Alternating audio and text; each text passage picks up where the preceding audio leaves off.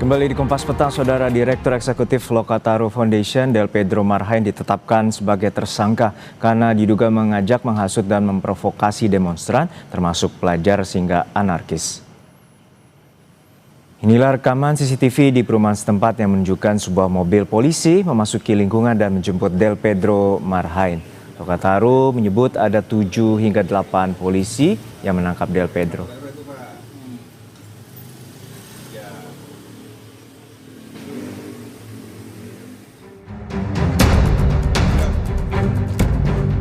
Polda Metro Jaya menetapkan Direktur Lokataru Foundation, Del Pedro Marhain, usai membuat hasutan untuk mengajak terlibat aksi anarkistis, termasuk melibatkan pelajar dan anak-anak. Del Pedro terancam dijerat pasal tentang tindak pidana penghasutan hingga penyebaran berita bohong. Penyidik membeberkan akun Instagram yang dikelola Del Pedro terhubung dengan akun-akun lainnya dalam menghasut. Polisi menyebut salah satu akun berperan sebagai koordinator aksi. BPP itu yang terhubung dengan akun-akun ekstrim yang memberikan ajakan seperti yang tadi sebelumnya, seperti itu, pengrusakan, kemudian bom molotov, itu ada hubnya dari akun BPP.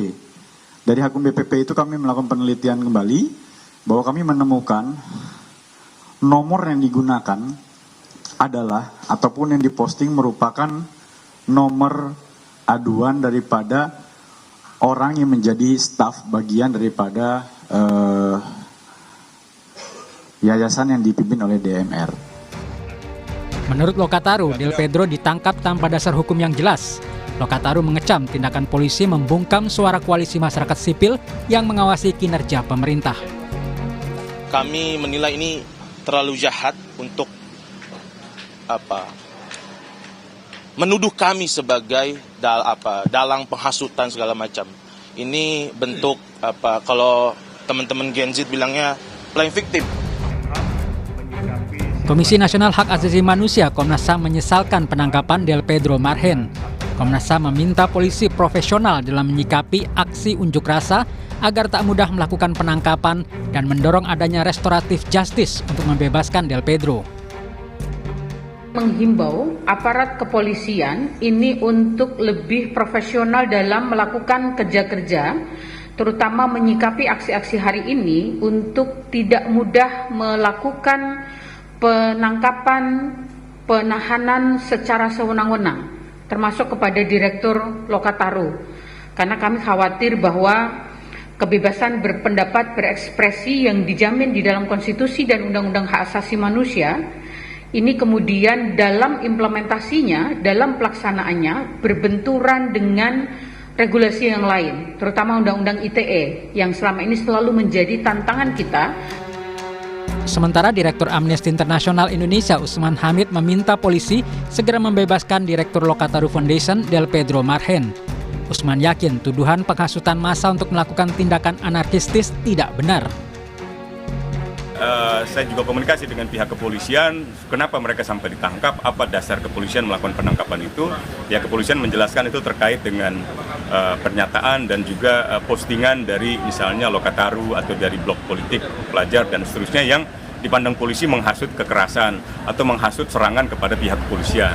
Nah, saya masih mempelajari itu postingan-postingan itu, tapi saya menyarankan kepada pihak kepolisian untuk membebaskan segera karena saya tidak percaya bahwa mereka, orang seperti Del Pedro atau orang seperti misalnya Syahdan, benar-benar ingin memprovokasi masyarakat atau rakyat untuk menyerang pihak kepolisian. Penangkapan Direktur Lokataru Foundation, Del Pedro Marhain, menimbulkan sorotan terkait prosedur yang diterapkan polisi. Del Pedro Marhain ditetapkan sebagai tersangka dugaan penghasutan aksi demonstrasi di sejumlah tempat. Tim Liputan Kompas TV.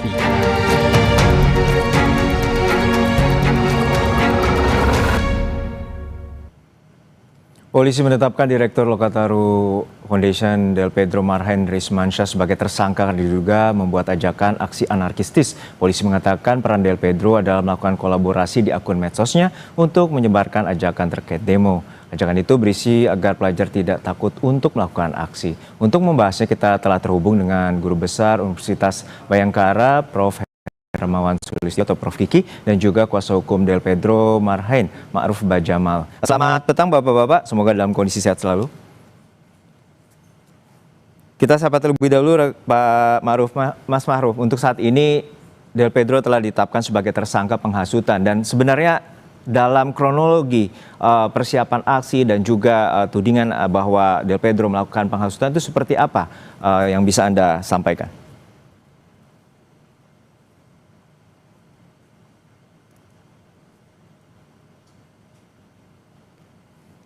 Mas Ma'ruf?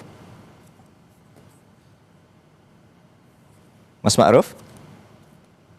Oke, kami ke Prof. Kiki terlebih dahulu sambil kita memperbaiki sambungan Zoom bersama dengan Mas Ma'ruf, kuasa hukum dari Del Pedro. Prof. Kiki, ini bahwa polisi menyatakan bahwa Del Pedro sebagai tersangka penghasutan. Menurut Anda seperti apa sebenarnya penetapan tersangka? Apakah sudah sesuai prosedur dan juga apakah ada indikasi ini terkait kriminalisasi terhadap aktivis? Prof. Kiki? Ya. Ya, Prof. Kiki, bahwa polisi telah menetapkan tersangka terhadap Del Pedro sebagai tersangka penghasutan dan mengajak sejumlah remaja anak atau pelajar untuk melakukan aksi unjuk rasa. Menurut Anda, apakah ini sudah tepat penetapan tersangka ini dan sudah sesuai prosedur? Ini sudah masuk proses litigasi ya, karena sudah ditetapkan sebagai tersangka. Saya bukan ahli hukum, jadi perspektif saya bukan hukum. Nah, sekarang tinggal adu bukti ya. Kalau teman-teman buka buktinya apa kayak gitu. Nah, kalau polisi kan yakin ini udah tersangka loh ya, berarti sudah merasa cukup bukti untuk masuk ke proses litigasi. Nah, saya kalau untuk peristiwanya sendiri, saya ini kebetulan di Surabaya. Nah, 3 hari berturut-turut saya ke lapangan, saya lihat itu banyak anak-anak. Yang dilakukan polisi adalah anak-anak dari 13 sampai 16 tahun. 13 sampai 16 tahun yang dilakukan oleh polisi adalah menyisir apakah ada unsur pidana. Nah, kalau cuman tawuran, kelasnya tawuran, ya dikembalikan ke orang tua masing-masing, dipanggili, orang tuanya dipanggili, terus diminta membina kayak gitu. Yang di Jakarta ini kan dihubungkan dengan penyerangan-penyerangan, peristiwa-peristiwa kriminal yang dilakukan di lapangan. Nah, polisi kalau hanya sekedar menghasut-hasut, ya itu belum cukup kuat. Kita juga suka ngompori, meskipun saya misalnya tukang kompor.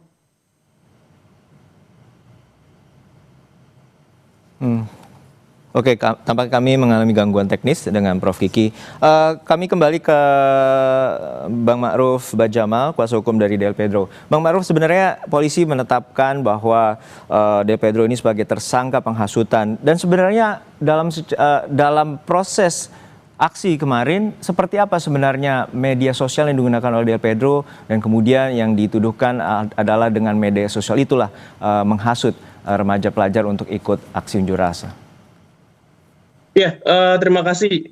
Ini atas kesempatan yang bagus ya juga untuk kami klarifikasi terkait dengan bukan hanya secara substansi kasusnya, tapi prosedur penetapan dan penangkapan yang dialami oleh klien kami ya. Sebelum saya menjawab terkait postingan tersebut, jadi peristiwa penangkapan kepada klien kami itu ya pada intinya jika memang penegakan hukum ini dilakukan sesuai dengan prosedur, dijalankan sesuai dengan due process of law, kami akan hormati. Akan tetapi jika ada penyelewengan dan pelanggaran-pelanggaran terhadap itu, tentunya ini tidak sejalan dengan konsep negara hukum Indonesia. Nah, atas dasar itu kami mencermati bahwa ada kejanggalan dalam proses hukum yang dialami oleh klien kami. Pertama adalah klien kami ketika itu ditangkap tanpa terlebih dahulu diperiksa sebagai saksi. Padahal klien kami ini tidak tertangkap tangan sedang melakukan tindak pidana. Itu yang pertama. Kemudian yang kedua, proses penangkapan itu dilakukan tanpa ada penjelasan yang utuh, yang lengkap kepada klien kami, sehingga klien kami ini bisa mengerti apa tuduhan yang kemudian disangkakan kepada dirinya. Nah, akan tetapi tanpa penjelasan yang baik itu, klien kami langsung dibawa ke markas Polda Metro Jaya, lalu kemudian baru di sana diperiksa dan kami baru mengetahui. Jadi tuduhannya itu bukan hanya soal pasal penghasutan. Jadi ada beberapa pasal yang dikenakan kepada klien kami. Pasal penghasutan itu menyangkut dengan pasal 160 KUHP. Terus kemudian ada juga Undang-Undang Perlindungan Anak di situ. Kemudian juga ada Undang-Undang Informasi Transaksi Elektronik dalam sebagaimana dimaksud pasal 45 ayat 3 junto 28 ayat 3 Undang-Undang ITE terkait dengan berita bohong yang menimbulkan kerusuhan. Nah, mencermati ini adalah memang substansi utamanya adalah terkait dengan postingan atau flyer yang kemudian dipermasalahkan oleh pihak penegak hukum, dalam hal ini adalah penyidik dari Polda Metro Jaya. Nah, itu yang kemudian jadi substansinya. Akan tetapi bagi kami tentunya substansi dari materi atau postingan tersebut sebenarnya tidak ada unsur-unsur yang kemudian bisa dipandang atau dianggap melawan hukum. Nah, tadi juga sudah dijelaskan di awal oleh Prof. Kiki, ya, itu sangat baik sekali gitu. Kalau menghasut hanya sekedar menghasut yang tidak clear, artinya tidak sampai mengarah kepada suatu perbuatan yang konkret, itu menimbulkan suatu tindak pidana, nah, itu harusnya tidak dapat dikenakan atau diancam oleh hukuman atau sebagaimana pasal 160 KUHP. Saya mau sedikit menanyakan bahwa terkait dengan pasal perlindungan anak, bahwa tidak ada unsur paksaan, tidak ada unsur eksploitasi, karena pada dasarnya di Undang-Undang Perlindungan Anak yang menyalahi aturan adalah unsur paksaan dan juga perekrutan ataupun juga eksploitasi terhadap anak untuk melakukan unjuk rasa. Apakah itu ada di media sosial yang tadinya dituduhkan oleh pihak kepolisian ataupun sebagai penetapan tersangka ini? Ya, tentunya berdasarkan penilaian kami itu tidak ada, ya. Klien kami tidak punya kapasitas dan tidak dalam rangka melakukan eksploitasi, apalagi mempengaruhi individu-individu tertentu gitu. Nah, ini yang perlu saya sampaikan ya dalam kesempatan ini, bahwa dalam hukum pidana tuh ada yang namanya lex serta, lex stricta, dan lex scripta. Jadi dia harus jelas, dia harus tegas, dia harus tertulis. Artinya apa? Harus jelas ini hubungan antara sebab dan akibat dari perbuatannya. Nah, dalam konteks ini kan pasalnya yang dikenakan pada intinya semuanya menyangkut dengan delik material. Artinya ada akibat nyata yang konkret yang terjadi. Dan akibat itu disebabkan oleh perbuatan dari klien kami. Baik, kami tangkap poinnya. Baik, saya ke Prof. Tapi itu tidak sepenuhnya benar, karena banyak faktor yang terjadi jika memang polisi mencoba mengkonstruksikan bahwa terjadi kerusuhan disebabkan oleh perbuatan atau perlakuan dari yang dilakukan oleh klien kami. Baik, saya ke Prof. Kiki. Prof. Kiki, bahwa kalau dalam perspektif media sosial itu artinya luas secara umum, siapapun dapat mengakses, dan ini merupakan tersangka Del Pedro disebut sebagai melakukan upaya penghasutan terhadap remaja pelajar. Dan ini dalam pasal tersebut juga tidak disebut ataupun pidana akan termasuk terkait dengan pemaksaan, perekrutan, dan juga adanya eksploitasi. Nah, dalam pandangan Anda seperti apa sebenarnya term atau terminologi penghasutan ini yang digunakan oleh pihak kepolisian? Nanti masuk wilayah abu-abu. Apa wilayah abu-abu? Tadi Ma'ruf memang sudah menyebut apakah ada hubungan sebab akibat antara penghasutan itu dengan tuduhan penghasutan itu dengan kejadian rusuh. Nah, tetapi juga wilayah abu-abunya adalah apakah kalau ada demo kemudian gara-gara penghasutan itu dalam tanda petik ya, kemudian anak-anak itu ikut terlibat, gerondong ikut geruduk-geruduk itu, ya inilah yang perlu dibuktikan.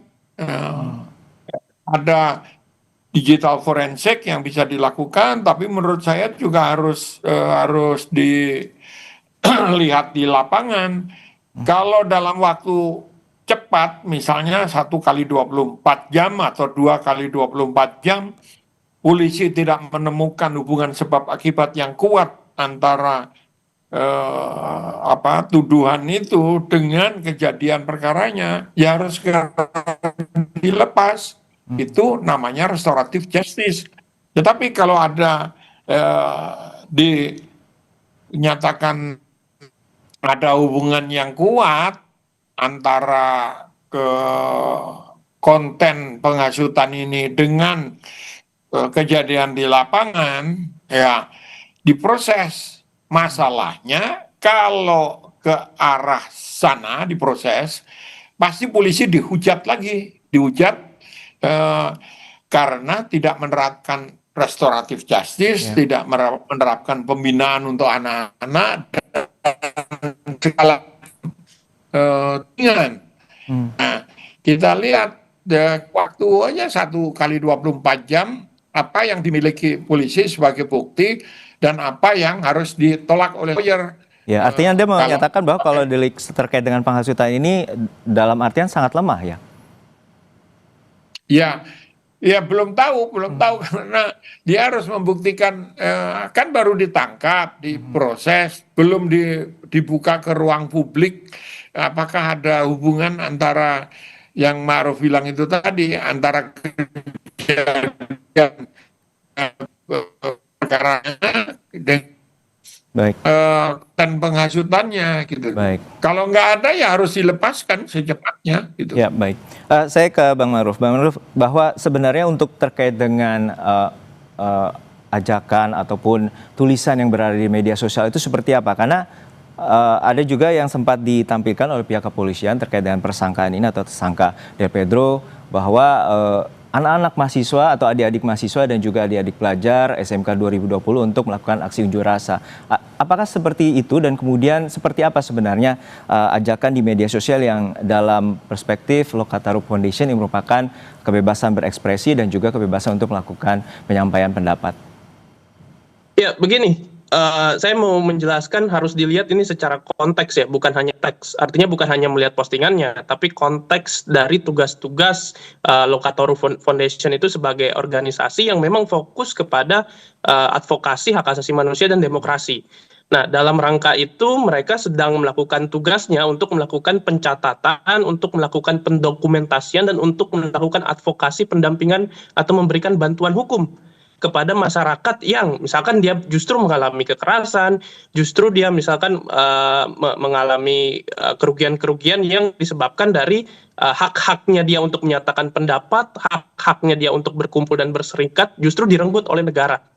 Nah, itu sebenarnya advokasi yang dilakukan dan substansi dari isi postingannya itu adalah seperti itu kalau kita cermati ya, silakan dilihat. Nah, oleh sebab itu makanya kalau ditanyakan adalah apakah tidak cukup kuat? Bukan tidak cukup kuat. Bagi kami ini tidak berdasar. Jadi apa dasarnya kemudian? Jadi hanya sebatas postingan, tidak ada direct message atau tidak ada lanjutan untuk mengajak secara langsung begitu, Bang Ma'ruf? Iya, prinsipnya kalau dikatakan mengajak secara langsung, mereka justru melakukan advokasi gitu. Advokasi untuk melakukan bantuan. Mereka kan membuka posko bantuan. Itu kan substansi utama dari postingan yang dipermasalahkan hari ini. Jadi kalau dikatakan itu ajakan atau hasutan, kami mempertanyakan bagian mananya yang hasutan. Terus kemudian kalau ditanyakan itu menimbulkan kerusuhan, apa dasarnya itu bisa menimbulkan kerusuhan? Sementara kita tahu kerusuhan itu terjadi, saya percaya itu bukan tidak ada faktor tunggal di situ. Itu faktor yang kemudian rumit dengan segala macam, justru penyebabnya negara itu sendiri. Misalkan pemerintah yang tidak mendengar masyarakat atau DPR yang justru tidak memperjuangkan hak-hak rakyat, itu kan yang kemudian bisa jadi itu yang kemudian memprovokasi masyarakat. Jadi maksud saya adalah jangan kemudian klien kami ini dijadikan kambing hitam atas kerusuhan yang terjadi sehingga ini menjadi kriminalisasi. Baik. Karena apa? Dampaknya ini berbahaya sekali. Bukan hanya kepada klien kami, dampak dari proses hukum kepada klien kami ini bisa pertama adalah mendelegitimasi kerja-kerja masyarakat sipil dalam melakukan advokasi dan pemantauan hak asasi manusia dan demokratisasi. Kedua, ini bisa menimbulkan chilling effect. Artinya ini bisa menimbulkan efek takut kepada orang-orang untuk menyuarakan pendapatnya, untuk melakukan advokasi dan berdemonstrasi. Yang ketiga, ini bisa menjadi sebuah ruang untuk penyalahgunaan kekuasaan atau abuse of power. Kami nah, ini harus Bang Ma'ruf tidak bisa kita biarkan. Kita harapkan polisi bertindak profesional dan tadi berdasarkan Prof. Kiki menyatakan bahwa harus ada restoratif justice bila pembuktian ini dirasa minim dan juga tidak ada lagi kriminalisasi terhadap aktivis yang tengah menyuarakan pendapat dan juga para demonstran dapat dibebaskan. Terima kasih Prof. Kiki atas perspektifnya dan juga Bang Ma'ruf Bajamal telah bersama kami di Kompas Petang. Usai jeda, Saudara, Presiden Prabowo bertolak ke Beijing, Tiongkok untuk